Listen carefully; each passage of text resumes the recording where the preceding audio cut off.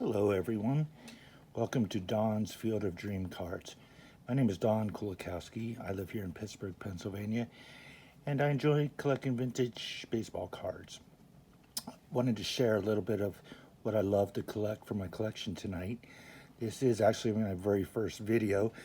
I've been watching many of your videos and have enjoyed them tremendously, and just really loved how you guys interact with each other. And here the hobby is not shared by many of my friends or people in my family, so I don't really have anyone to talk cards with, which I would love to do. And I was watching a live video earlier this week with Natsman72 and Eric from those back pages.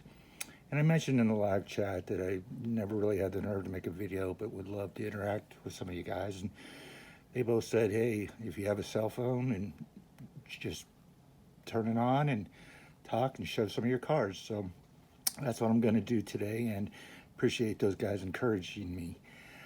What I like to collect is post-war Hall of Famers, with the exception of Ted Williams. I know he did come before that era.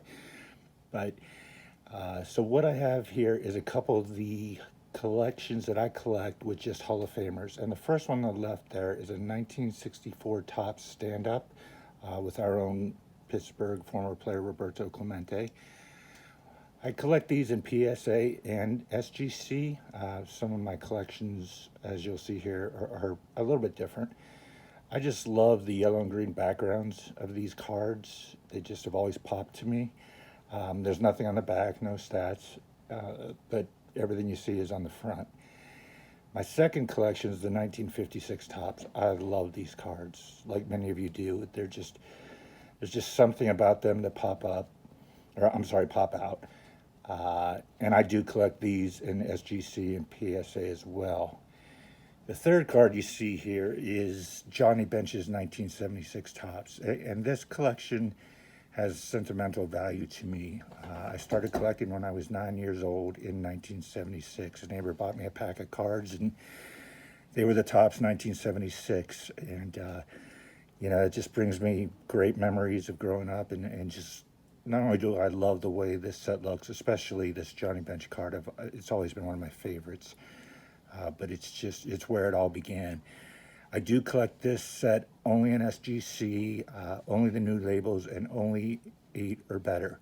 Why do I do that? I have no idea, to be honest with you. It's just, I started with a couple of those cards, and it just appealed to me, and would like to keep them the same.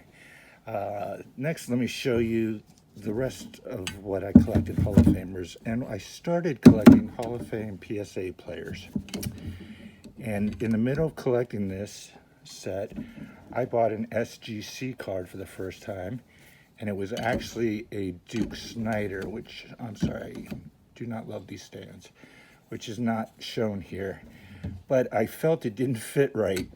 Like a lot of you guys, I just kind of particular about my collection and like things to be kind of equal. So what I am collecting is all of the Hall of Famers in a PSA card, and all of the Hall of Famers in an SGC card, again, from the late 40s up until the present.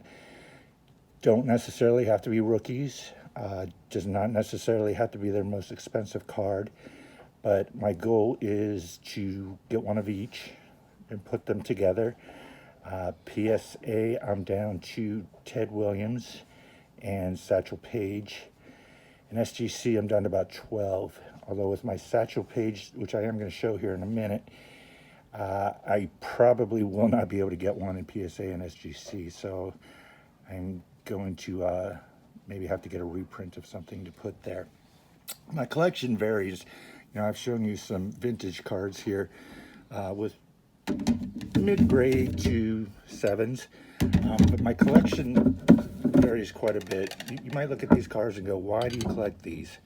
Those cards aren't worth very much, but they are Hall of Fame players, and it's kind of show you the range of cards I have, from some of the more expensive, hard to get, to me. I just love this George Brett. I do have his rookie, but I bought this card first. I just love the action shot, the dirt kicking up, his eyes on the ball, using 2 hands, getting ready to throw it. Second one, Burt Blyleven. I actually bought this one raw and submitted it myself, so I was very happy with the grade because I couldn't find it anywhere on eBay. And I was 12 years old the last time the Pirates won a World Series in 1979, and Burt was one of those players from the team that I really enjoyed, and just wanted to get a card of Burt in a Pirates uniform. The card on the right, Jack Morris. There are some Hall of Famers in my collection that don't really mean a lot to me. I watched some other videos of guys saying, you buy cards that you don't really like, but they fit into a set. And this card was pretty cheap. I have his 1977 card, I believe, but this fit the collection. I didn't want to spend a lot of money. As you can see, it's a nice grade, and I wanted to put money elsewhere. So that is where I've gone so far with the collection. That's sort of on the lower end. These are my two big boys, as a lot of people say here. I also watched some of your videos where you guys are like, you have to get a 1954 Aaron. So this is my Aaron, and here's my 1953 Satchel Paige that eventually is going to go to SGC. I actually bought this one off of Facebook and real happy with the results of it. So I hope you guys enjoy my video, and I'm looking forward to being part of this club, as I think this is a good time to end with the cards tumbling. Thanks a lot, everyone.